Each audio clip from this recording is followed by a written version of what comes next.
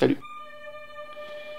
C'est la fin du mois de février, mais il faut savoir une chose, c'est que chaque année, c'est l'un des mois les plus importants pour l'industrie du cinéma. Généralement, c'est à cette période-là, on a les grosses cérémonies, comme les BAFTA, les Césars et les Oscars. Mais aussi une flopée de festivals qui vont annoncer la couleur des sorties annuelles, comme Sundance, Berlin et même Gérardmer. Février, c'est aussi la dernière ligne droite pour les deux plus grands festivals de films au monde. Ce sont évidemment Venise et Cannes. Donc c'est toujours le moment où l'industrie se regarde et prépare cette année à suivre, et même la suivante d'ailleurs de temps en temps. Alors c'est peut-être la bonne occasion pour parler d'une figure emblématique qui a bien marqué l'industrie l'année dernière, et d'ailleurs sur plusieurs points quand on y repense. Une réalisatrice qui a fait l'affiche avec un film, faisant un bras de fer culturel face à l'Oppenheimer de Nolan avec sa petite poupée aux bras à peine articulés. Et aujourd'hui, j'aimerais vous parler de l'actrice et réalisatrice Greta Gerwig.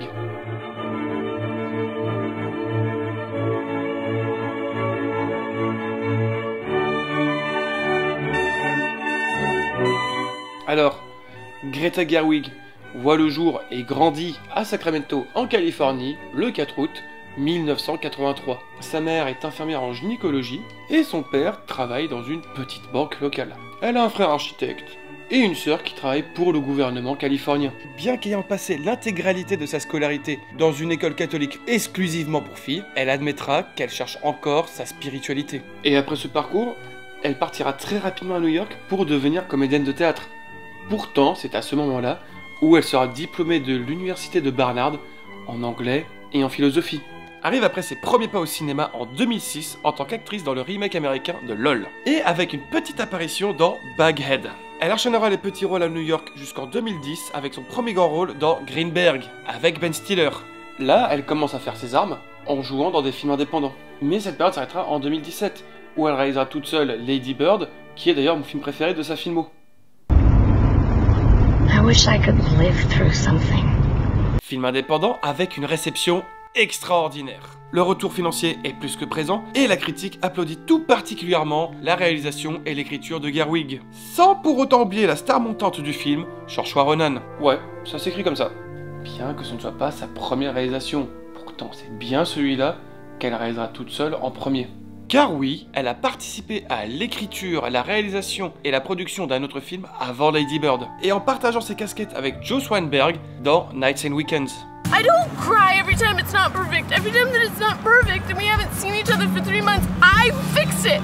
Petit succès, mais pourtant avec des critiques assez mitigées. Mais c'est Lady Bird qui marque bien le tournant dans la carrière de Gerwig et lance définitivement la carrière de la jeune actrice irlandaise Ronan, tout en assurant celle d'une future star en devenir, en tout cas à ce moment-là, Timothée Chalamet. I wasn't flirting. Wish you had been. Le film sera même nommé pour les Oscars du meilleur film, meilleure réalisatrice, meilleur scénario et même meilleure actrice pour Saoirse Ronan. En 2019, le trio Ronan, Chalamet et Gerwig se retrouve pour une plus grosse production que celle de Lady Bird, avec à nouveau un succès critique et commercial, Little Women ou Les 4 filles du Dr March. This is Meg, Amy, Beth and Joe. Le film est un succès critique et commercial conséquent, en tout cas bien plus grand que ne l'a été Lady Bird. La critique l'acclame et le succès financier est le plus grand qu'ait jamais connu Gerwig, en tout cas à ce moment-là. Le film reçoit même 6 nominations aux Oscars cette année-là, en tant que meilleur film, meilleur scénario adapté d'un roman. Pour sa musique, Ronan sera à nouveau nommée en tant que meilleure actrice. They have minds, and they have souls, as well as just hearts. And they've got ambition, and they've got talent, as well as just beauty. And I'm so sick of people saying that love is just all a woman is fit for. I'm so sick of it. But I'm so lonely.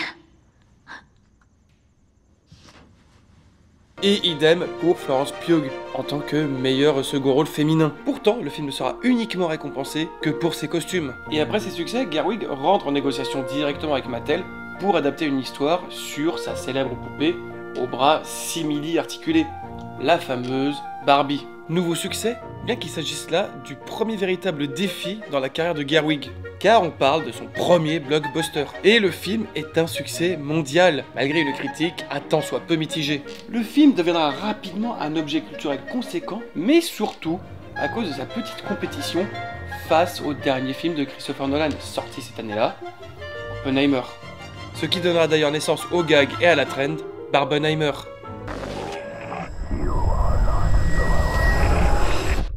Le film est un succès commercial engendrant plus d'1 milliard de dollars au box-office mondial. C'est énorme, j'en oublie mon texte. Et 8 nouvelles nominations pour Gerwig aux Oscars. Et après ces succès, Gerwig participera à l'écriture du remake en live action de Blanche-Neige. Et le bruit court qu'elle prépare une nouvelle adaptation de Narnia pour Netflix. En dehors de ça, et comme on l'a précisé tout à l'heure, Greta Gerwig est aussi actrice. Bien qu'on ait vu sa face de réalisatrice, Greta Gerwig reste aussi une actrice reconnue, même en dehors du cercle du cinéma indépendant. On la retrouve dans d'excellents films comme dans L'île aux chiens, The House of the Devil, Jackie et même White Noise. Actuellement, elle est mariée et avec 2 enfants à Noah Baumbach. Le couple s'est rencontré lors du tournage de Baumbach pour le film Frances Ha, où Gerwig avait le rôle principal. Greta Gerwig, c'est aussi plusieurs nominations aux Oscars, comme on l'a expliqué auparavant, et un Golden Globe dans la catégorie du meilleur box-office de l'année pour Barbie. Et surtout, c'est l'honneur d'avoir été présidente du jury au Festival de Cannes en 2024.